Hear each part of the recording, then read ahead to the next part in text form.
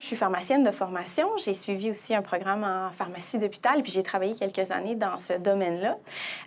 Puis rapidement, j'ai bifurqué vers l'enseignement de la profession. Je suis allée me chercher une formation en pédagogie des sciences de la santé avec une université réputée dans le domaine en Europe.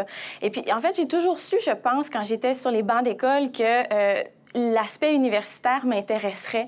Je trouvais que c'était un milieu dynamique, énergisant. Donc, le contact avec les étudiants, je savais que ce ne serait pas trop loin dans ma carrière présent, là.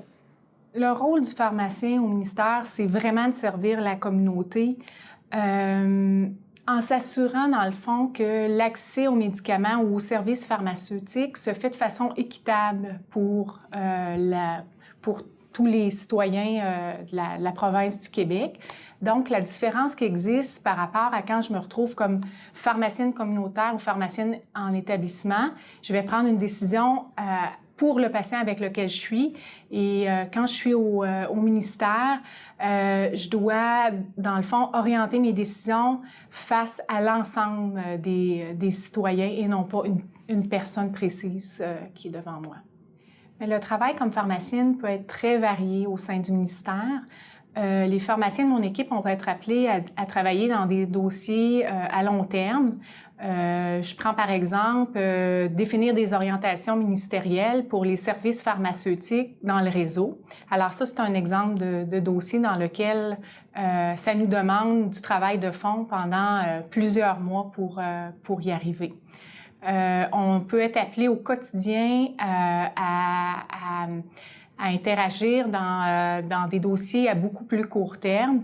Je prends par exemple des demandes de patients, des demandes d'associations ou de groupes de patients, ou même en réaction à ce qui se passe dans l'actualité, toujours lorsque ça concerne les médicaments ou les services pharmaceutiques, on va nous demander de se positionner sur ces aspects-là.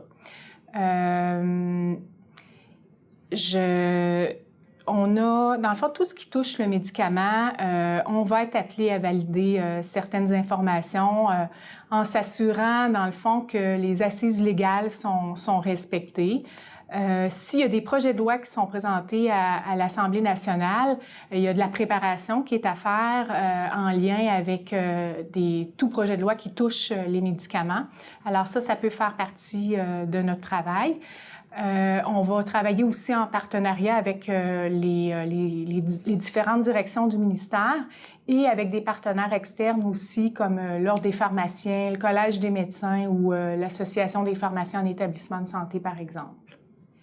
Je dirais premièrement que ça prend une grande capacité d'adaptation parce que quand on travaille dans un milieu gouvernemental, bien, il y a tout le volet politique qui peut intervenir dans les décisions.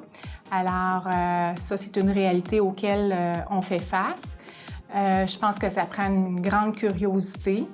Ça prend un goût d'apprendre des nouvelles choses parce que il y a plusieurs aspects auxquels on n'est pas exposé quand on est dans le monde clinique.